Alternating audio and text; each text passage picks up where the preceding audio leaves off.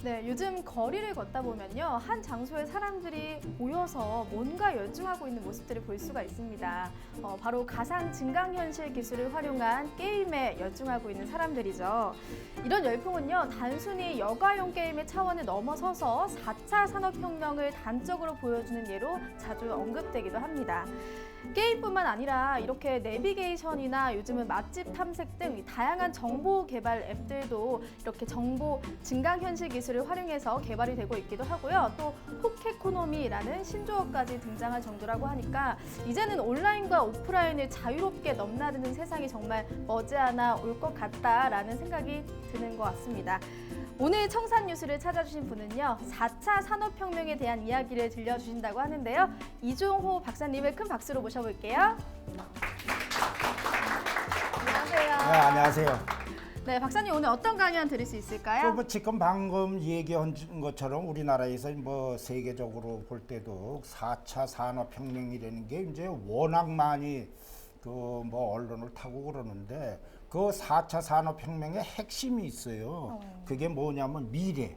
그러니까 앞으로 이거 일반 사람들은 잘 모르는 네. 얘기를 좀 그 미래에다 거기다 일자리라고 얘기를 하니까 그 과연 일자리가 어떻게 되느냐 뭐 이런 것이 궁금한 것들이 상당히 많을 것 같은데 오늘은 이제 그 4차 산업혁명과 미래 일자리가 어떻게 되는지 그럼 이제 개괄을 한번 얘기를 해보자 그러죠. 네. 네.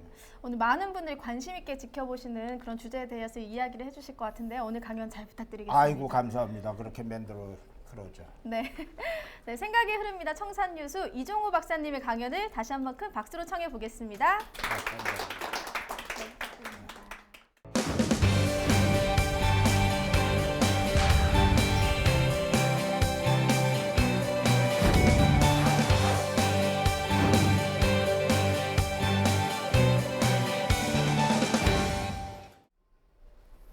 안녕하십니까, 이종호입니다.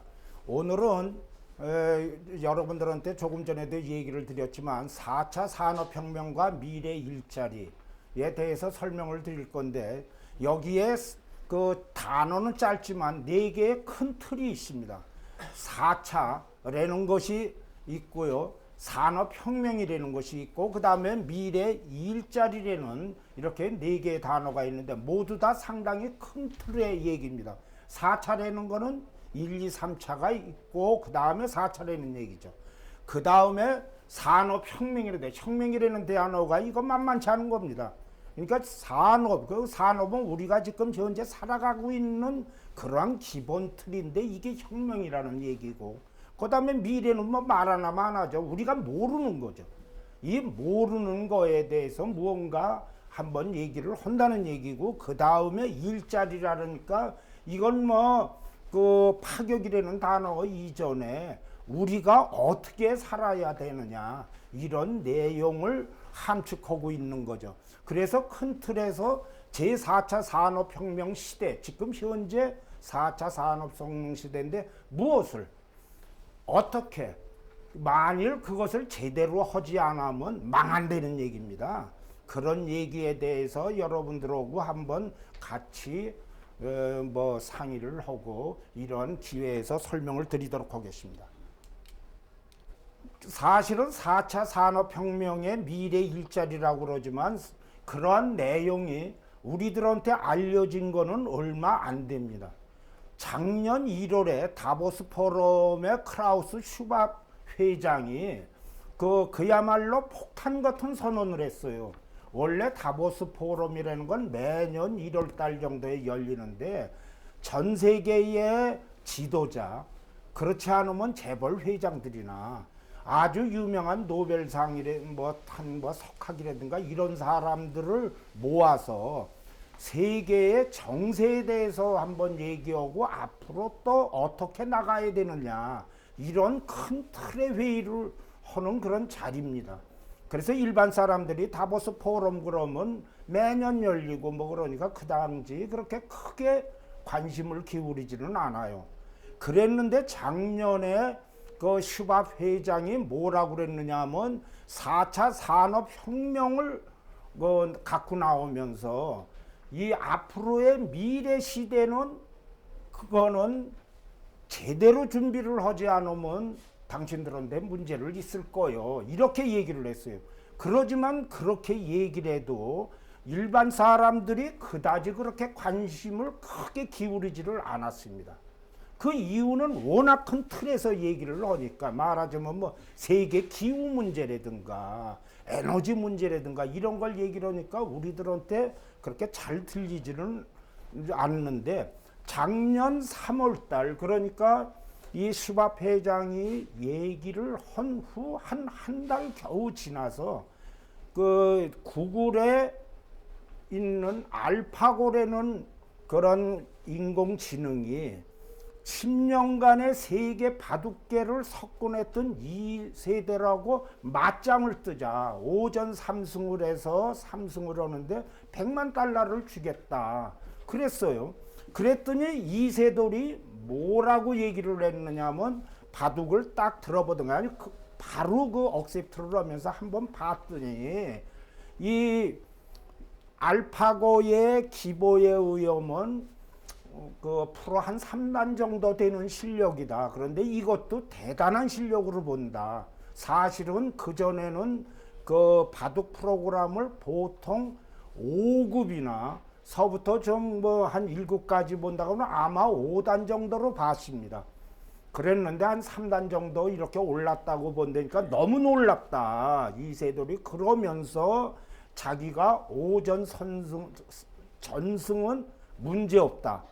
그런데 너 그래도 또 알파고라는 데에서 자기도 뭐 허리도 아프고 뭐 눈도 아프고 그러니까 한 판 정도는 질 수 있을지는 모르겠다. 이렇게 얘기하면서 만일 지가 2판을 지면 존심이 팍팍 나갈 거다. 프로의 면제 세계에서 이렇게 얘기를 했어요. 아, 그러는데 뚜껑을 딱 열어보니까 뭐 1승 4패죠. 네 번째 판을 간신히 이겼는데, 그때 그러다가 보니까 그야말로 놀라지 않을 수 없는 사회상이 됐습니다. 왜냐하면 이 바둑의 프로그램에 대해서 그때 바둑계나 모든 그 학계에서 얘기하는 거는 바둑의 그 경우의 수가 10에 170승이 되기 때문에 도저히 컴퓨터가 못 따를 걸로 생각을 했습니다.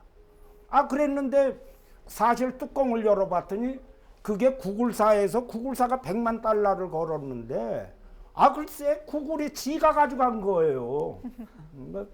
뭐 물론 이세돌도 좀 받았습니다. 그러기는 하지만, 그런데 이거가 그렇게 충격을 준 이유는 바로 무엇이냐면 여기에 일자리가 관계가 된다는 겁니다. 그러면 아까도 얘기했지만 4차 산업혁명에서는 뭐 앞으로 오늘의 얘기가 이제 산업혁명에 걸어온 길이니까 간단하게 얘기하면, 4차 산업혁명은 영국에서 1차가 일어났는데 전기기관 내에서 에너지 문제가 나왔고요. 2차 산업혁명에서는 이어서 그 전기에서 그 다음에 화석연료로는 뭐 자동차, 전기기관 이런 것들이 있고, 3차 산업혁명은 바로 지금 우리가 하는 바로 이겁니다.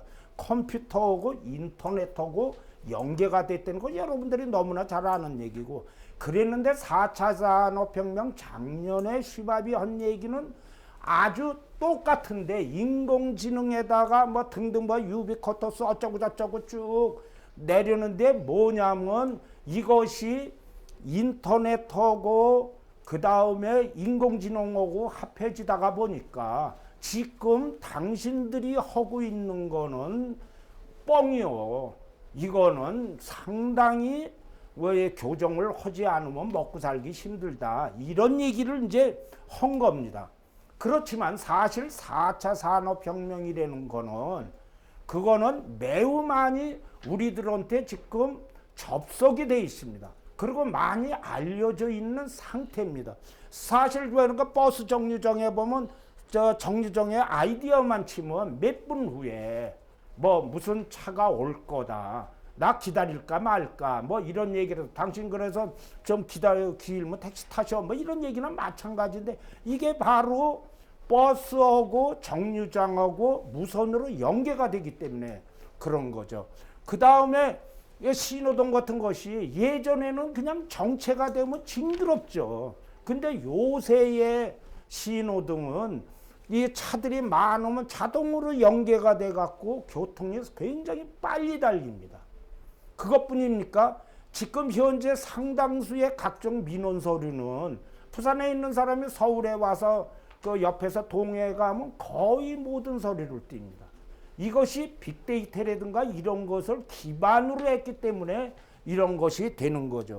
예를 들자면 지금 여기 책 적용하는데 알라딘에서도 보면 알라딘에서 책을 사려고 그러면 무슨 책을 사요. 그럼 그 밑에 뭐라고 써 있느냐면 이런 상품들도 구매했습니다. 당신이 관련이 있을 겁니다. 이런 얘기를 해갖고 구매 의욕을 이제 돋구어 주죠. 이것이 아마존서부터 시작을 했는데 지금 현재 뭐 예스24든지 뭐 교보라든가 영풍이든지 모두 이렇게 하고 있습니다. 이런 생활에서 저희들이 살고 있습니다.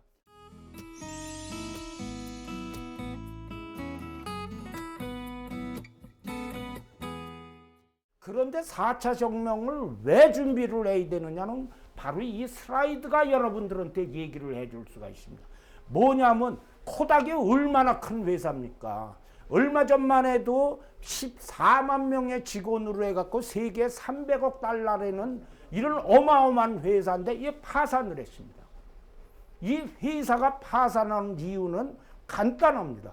여러분들이 갖고 있는 조그만 카메라 디카가 나오자 여기서는 코닥에서는 그 디카가 아니라 필름으로 딴 회사들을 이제 막 그걸로 하다가 보니까 후지나 이런 데를 오히려 세 개를 섞어 놓을 수 있다고 그래 갖고 필름 회사를 모두 샀어요. 그러니까 그대로 이 세계에서 그 큰 300억 달러의 회사가 그대로 파산을 했습니다. 이것이 바로 4차 산업혁명의 기본을 몰랐기 때문입니다.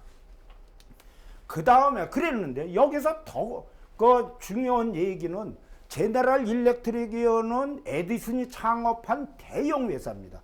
여기서도 보시지만 비행기 엔진이라든가 뭐 저 선박의 엔진 이런 거를 만드는 아주 그냥 대형 회사인데도 불구하고 지금 현재 5년 전서부터 수익의 75%를 사실은 소프트웨어로 이렇게 획득을 하고 있습니다.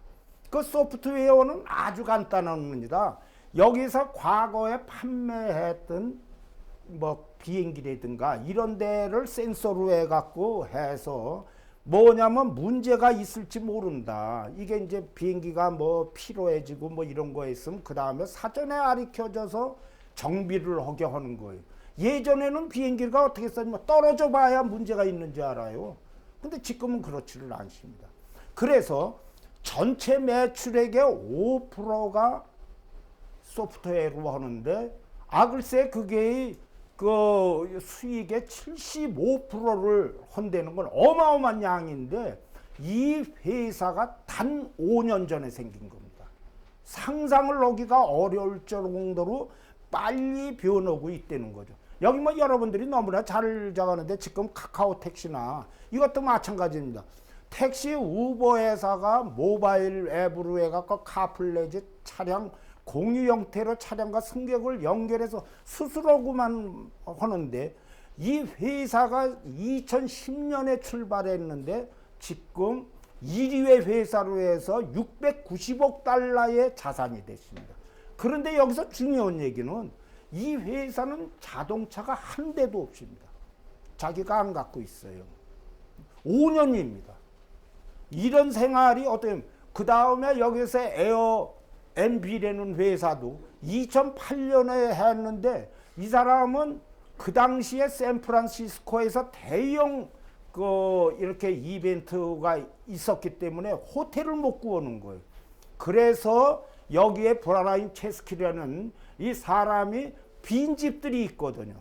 그래서 니들이 내 저기에서 신청을 하면 그러면 뭐 저 수수료만 달라 이렇게 해갖고 이게 폭발적으로 돼갖고 지금 뭐느냐면 현재 192개국에 34,800곳이 오는데 여기는 호텔이 하나도 없습니다. 입만 갖고 오는 거예요. 그런데 여기에서 그 회사에 운영하는 거에 컴퓨터가 하는데 그거는 일반 PC입니다. 그러니까 무료예요. 그러니까 이와 같은 게 4차 혁명의 아이디어고 인터넷하고 그 다음에 오프라인이 이거 합해지면 그러면 어마어마한 것에 대해서 아까처럼 코닥처럼 망하지 않는다는 겁니다.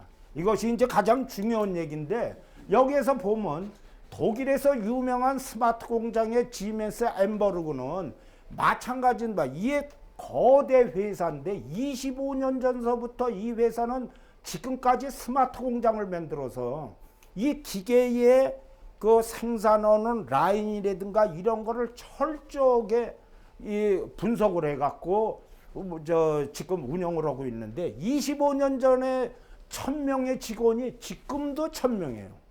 그러니까 인원을 안 늘리는데도 불구하고 매출이 8배나 늘었다는 겁니다. 이것이 바로 스마트 공장에서 바로 4차 산업의 기본이라는데 이거는 모든 거기에 회사의 장비고 이런 것들이 전산화로 들어갔다는 거죠. 여기에서 미국에서 카타필라라는 회사는 세계 1위의 중장비 기업입니다.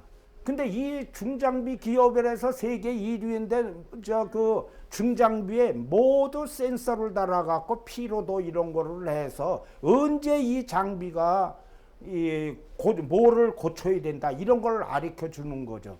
이러한 것을 하지를 않으면 안 된다는 게 4차 산업이 지금 하고 있는 거예요. 자, 그랬는데 이럴 때 가장 중요한 거는 뭐가 있느냐 하면 슈왑 회장이 그 큰 반향을 부르는 거는 글쎄 이 양반이 작년에 뭐라고 그랬느냐 하면 인공지능 아까 말하자면 알파고 같은 인공지능의 여파로 한 일자리가 5년 내 710만 개가 없어진다. 그런데 여기에서 200만 개는 새로 생기기 때문에 500만 개가 없어진 데는 아주 그냥 폭탄 선언을 했어요. 그러니까 4차 산업을 우습게 알지 말라고 그러는데 여기에서 이렇게 쭉 보니까 화이트 칼라가 67%가 잘린다는 겁니다. 그랬는데 여기에 더 그 찜찜한 거는 여자는 20대 1에서 19개의 직업이 사라지고 남자는 4대 1로 해서 3개의 직업이 사라진다니까 여자 밥 먹기 살기 힘들다는 거예요. 이게 아주 그냥 이게 얼마나 징그러운 얘기입니까? 이런 상태에서 했더니 그런데 이게 뭐 외국에 관한 얘기는 전혀 우리한테 의미 없는데 글쎄 고용노동부의 한국고용정보원이 뭐라고 얘기를 했느냐. 인공지능과 로봇이 2025년 국내 취업자의 61.3% 일자리를 대체한다는 거예요. 그러다가 보면 지금 작년이 2,659만 명인데 61.3%면 1,600만 명의 직업이 사라진다는 거예요. 이게 뭐 말 같은 얘기가 아니라 사실이 그렇다는 얘기입니다. 그래서 사람들이 쪼르륵 보죠. 이렇게 얘기하는데 문제가 될 게 뭐냐. 12.5%는 당장 대체가 가능하다는 거예요. 그래서 청소, 주방 보조원, 매편 어쩌고 저쩌고 쭉 해서 호텔리어, 공장, 아파트 경비원, 편의점, 마트, 점원 뭐 이렇게 얘기를 하는데 소방관, 기자, 사진기자, 심지어는 뭐 가석봉 담당과 번역회, 약사, 간호사 등의 직업도 날아갈 거다.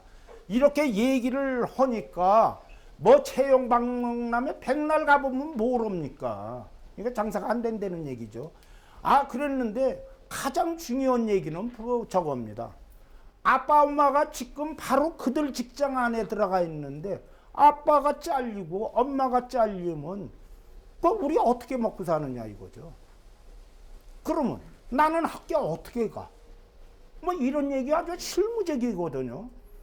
뭐 아빠 엄마들을 볼 때 내 새끼가 그 고등학생인데 적어도 대학교는 보내야지 하는데 당장 잘리면 어떻게 하느냐 이거예요. 이제 이런 문제가 있었기 때문에 매우 폭발적인 얘기인데, 여기에서 중요한 얘기는 은하철도 999가 미래로 가는 열차입니다. 여기에서 미래 세상을 봐주고 있는데 사실은 이게 뻥입니다. 그게 뭐냐면 안드로메다까지 가는데 230만 광년이에요. 그런데 지금 로켓으로 가장 빠른 걸로 가려면 6천억 년이 걸려요. 그런데 그 처리가 그 안드로메다로 가갖고 미래 세계를 보고 옵니다. 뭐 그러기는 하는데, 이건 무슨 소리냐면 미래의 열차가 지금 떠났다는 얘기입니다. 작년에. 그런 얘기를 넣으면, 그런데 중요한 건 뭐냐면 4차 산업혁명의 철도는 안드로메다로 떠난 그거 한 대로 끝나는 게 아니라 계속 떠난다는 겁니다. 계속 떠나면, 그러면 그 열차를 타야 되는데 그것이 미래의 희망과 도전의 기회도 되는데, 무턱 타고 타는 승객이 아니라 목적지와 목표를 알고 가야죠. 이것이 바로 오늘 제가 여러분들하고 같이 한번 상의를 하자, 그런 얘기입니다.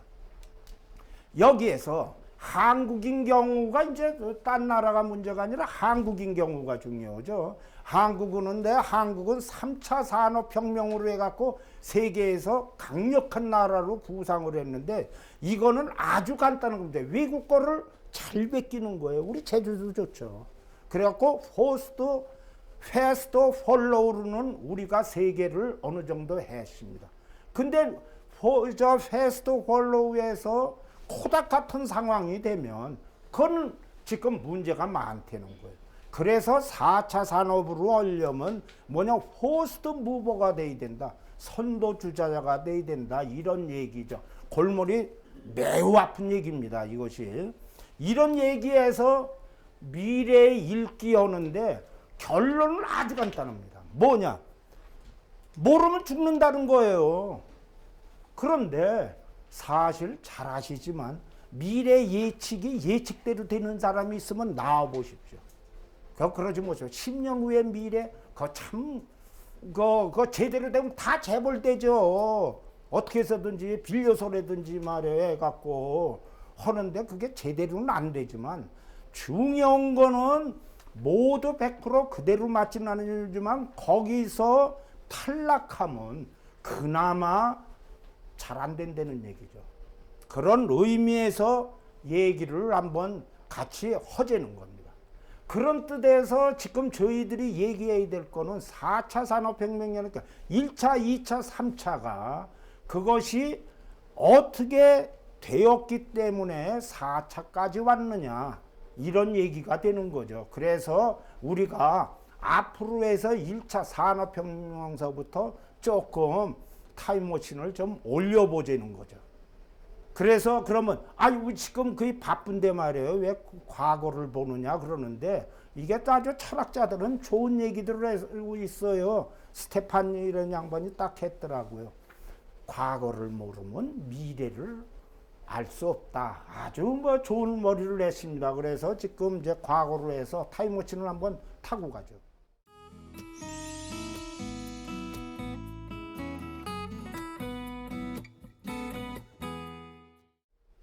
제1차 산업혁명은 영국에서 생겼대요. 우리나라에서 안 생긴 거 틀림없습니다.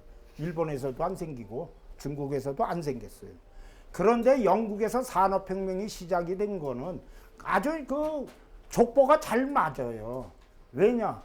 영국에서 농업혁명으로 농민들이, 그러니까 농산이 소출이 늘어나니까 농민들이 먹고 살기가 힘드니까 도시로 갔어요. 그러니까 노동자들이 값싼 노동자를 제공할 수가 돼 있고요. 그런데다가 또 영국은 딴 나라하고 달리 여왕이고 이렇게 해갖고 좀 분권이 됐죠. 그 다음에 과학의 발달로 대량 생산에 필요한 많은 기계들이 발전을 됐는데, 이와 같이 된 이유는 영국이 대영 제국해서, 이게 대영 제국입니다. 징그럽게 많아요.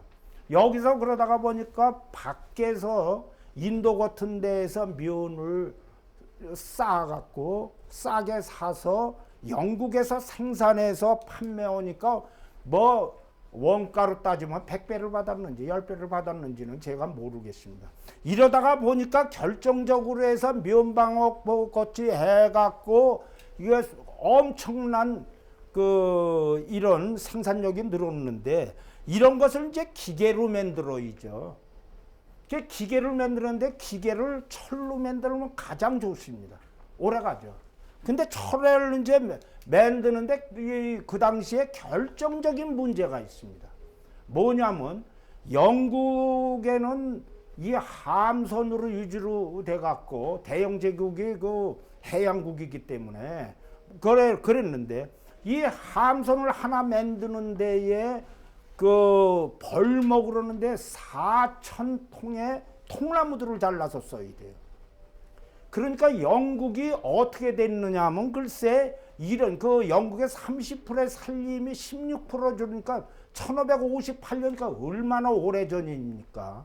1592년이 임진왜란이 났을 때니까 이때에 이미 목재를 채취를 금지를 했어요.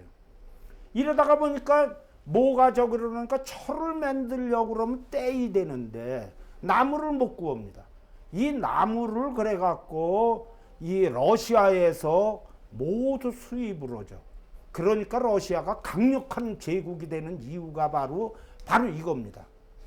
그러니까 영국에서 자급자족을 하는 방법에 옛날서부터 철을 만드는데 여기서 보시면 이거를 석탄으로 뗄 수 있다는 이런 정보는 있었습니다. 마침 여기에 뭐가 저길러냐면 브루크데일이라는 데에서 다비라는 사람이 철광적이었는데 이때 철을 말하자면 석탄으로 떼면 되는데 결정적인 문제가 있습니다. 뭐냐면 석탄이 좋아야 돼요. 황이 들어가면 요게 뭐냐면 철의 질이 확 떨어지는데 마침 브루크데일이라는 데는 그 황이 없는 매우 질 좋은 석탄이 생산을 하고 있어요. 그래서 이 사람이 어떻게 했느냐면 옛날에는 이 용광로에서 불이 바로 이 철하고 닿게 돼 있는데 그걸 이중으로 만들었어요. 그러니까 안 닿는 거에다 이 석탄의 질이 좋으니까 철이 좋은 게 생산이 되는 거죠.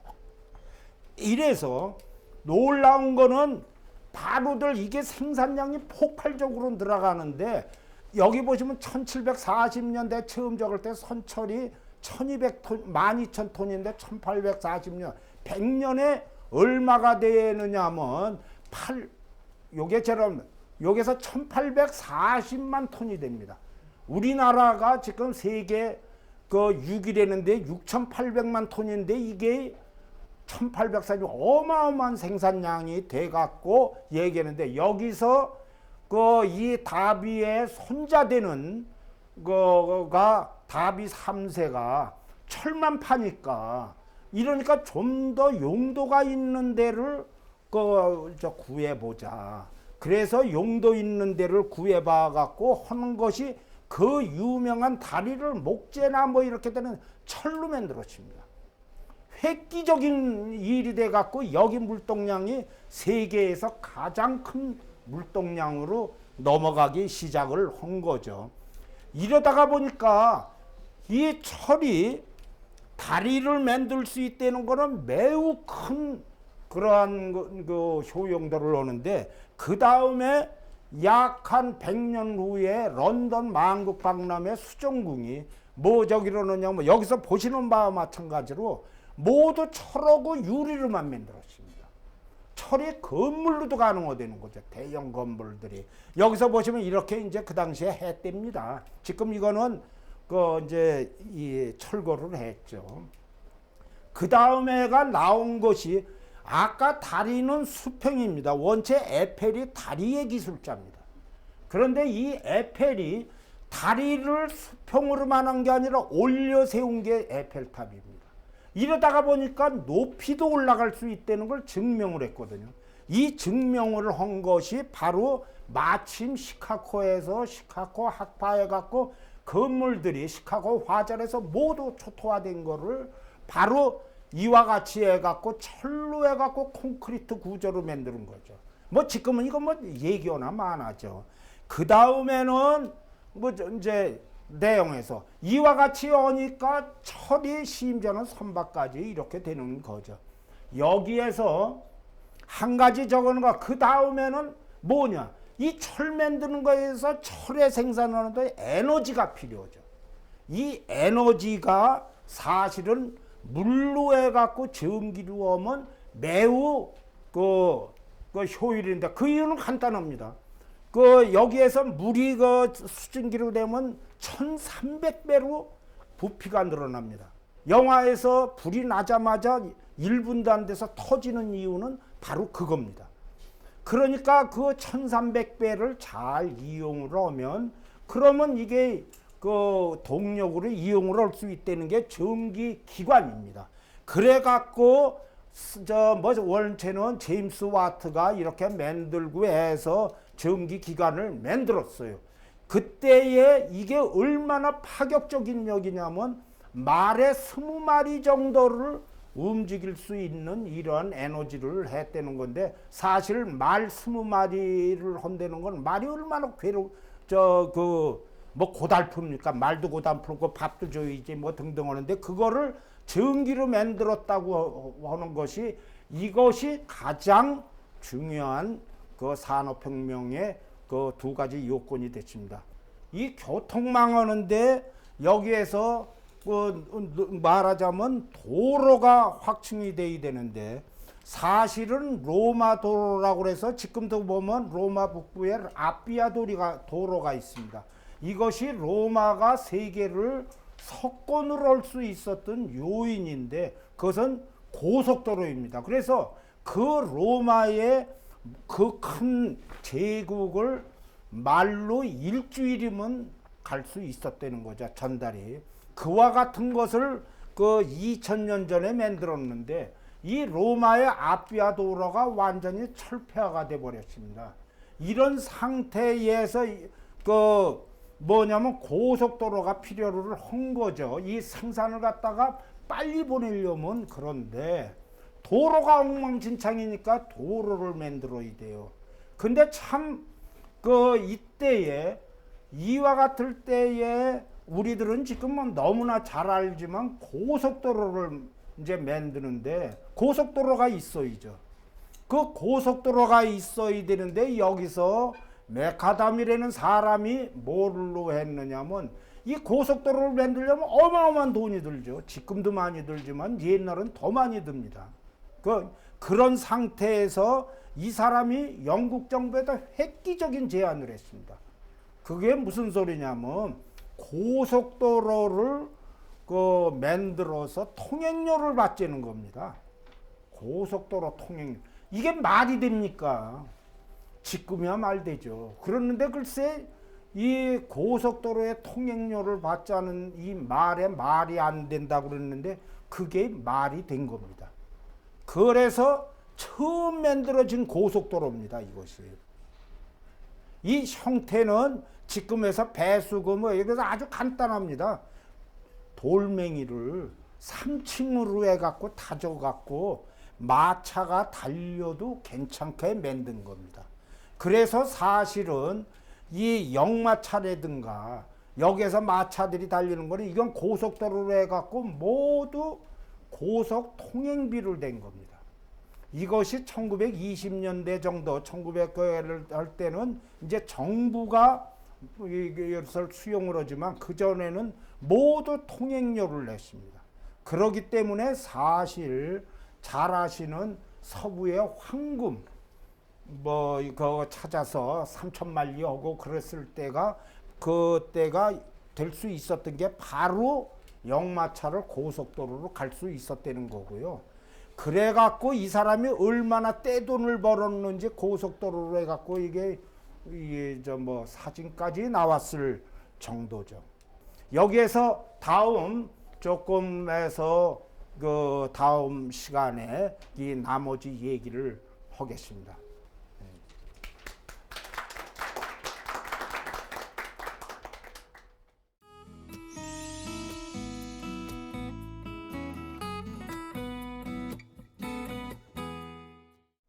4차 산업혁명과 또 미래의 일자리 정말 요즘 빼놓을 수 없는 이야기들에 대해서 말씀을 해주셨는데요. 저는 이 부분이 굉장히 인상 깊었던 것 같아요. 역사를 모르면 미래를 알 수 없다라는 부분에 대해서 말씀을 해주셨는데 사실 박사님께 설명해 주신 걸 보면 1차 산업혁명 때도 분명히 일자리가 줄어들었던 부분들이 그렇죠. 있었어요. 네. 그때 혹시 좀 사람들의 반응은 어땠는지 굉장히 충격적이었을 것 같거든요. 그렇죠. 네. 그래갖고 이제 그 당시에 기계가 그렇게 많이 들어오다가 보니까 아주 그 1차 산업혁명에서 가장 중요한 것이 기계 파괴 운동이 이제 생기죠. 네. 그 러다이트 운동이라고 이렇게 해서 아주 폭발적으로 생기는데 사실은 그 당시에 그 러다이트 운동이 그 나름대로의 좋은 그 뭐 이제 일자리들이 그때 이제 너무나 노동자들이 문제가 많았잖아요.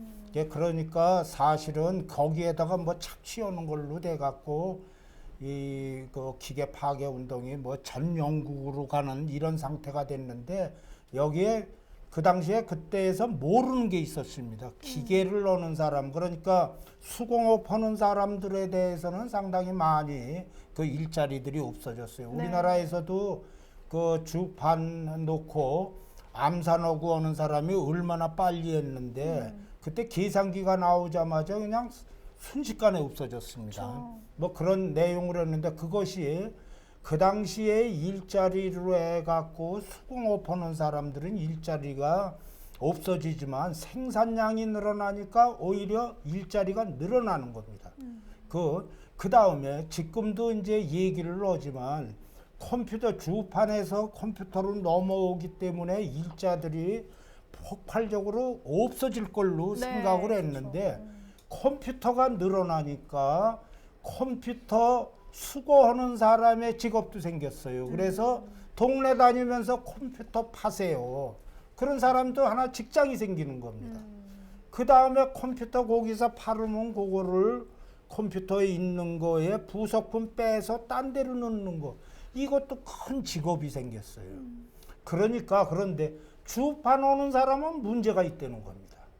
그 당시에. 그러니까 4차 산업혁명, 2차 뭐 이런 게 해갖고 일자리가 우리나라에서 1600만 개가 15년 내로인가요? 네. 15년가 그렇게 해갖고 이제 없어진다고 그러는데 그런데 1600만 개가 없어지는데 몇 개가 늘어날지는 그거는 모릅니다. 단 1600만 개가 사라진다는 거는 거의 비슷할 겁니다. 그러면 어느 걸로 해야 되느냐? 그때의 새로운 거에서 컴퓨터 수거하러 다니겠다 하는 사람도 있을 거고 거기에다가 뭐 집에다가 창고 만들어서 수리하는 것도 있을 거고 새로운 거를 할 수 있는데 지금하고 그렇게 해서 지금 학습 효과를 냈습니다. 1차, 2차가 학습 효과들을 했거든요. 그러니까 일자리가 없어지는 것만 아니라 새로운 게 생기는 것도 많다라는 게 있는데 그것이 사라지는 것만큼 더 생기느냐 이거는 좀 생각을 해봐야 되고 분야별에서는 단순 직업들 이런 거는 컴퓨터 갖고 인공지능이 하고 뭐 로봇이 한다는 거는 이거는 막을 수가 없습니다. 그러면 그거에 어떤 면에서 아까도 이제 얘기를 했지만 내 직업은 사라질 것 같은데 이거 어떻게 하느냐. 그럼 사라질 거에 대해서 빨리 생각한 분들은 앞설 수가 있는 거죠. 그 길을 해서 새로 생기는 거. 그럼 자기 요거 뭐 근사한 일을 갖다가 사라지지 않게 요거 뭐 하면 그런 것도 있을 거고 새로운 길도 할 수 있는 거고요. 요런 면으로 해서 대비를 해야 된다는 거죠. 이 4차 산업혁명으로 간다는 거에서 어느 직업이 이렇게 확실하게 될 때는 건 이거는 모릅니다. 왕우장상도 모릅니다. 그러지만 없어지는 거에 새로 생기는 건 틀림없이 있고 이것은 예전하고 달라지는데 그 달라지는 것이 아이디어가 들어가야 되고 현재의 그 되는 거에서 융합을 해야 되고 이런 것을 해야 된다는 거죠. 네, 정말 말씀하신 것처럼 좀 과거의 일들을 통해서 앞으로의 미래를 준비할 수 있을 것 같은 생각이 드는데요. 앞으로 1차 산업혁명 이후의 이야기도 계속해서 다음 강의에서 들려주신다고 하니까 계속해서 다음 강의도 함께해 주시기 바랍니다. 고맙습니다. 예.